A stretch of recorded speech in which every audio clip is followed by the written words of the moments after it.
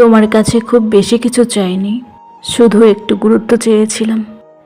দিন শেষে তোমার ব্যস্ততার ভিড়ে একটুখানি জায়গা চেয়েছিলাম, কিন্তু তুমি আমাকে এমনভাবে রেখেছো যেন আমি থাকি কি না থাকি তাতে কিছুই যায় আসে না। আমি কষ্ট পেলে তোমার রাত বদলাই না, আমি চুপ হয়ে গেলেও তুমি খেয়াল করো না।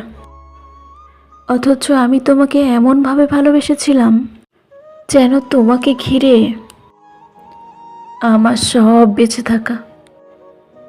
তোমার অবহেলায় বুক ভাঙলেও তোমাকেই আবার আঁকড়ে ধরতে চেয়েছি।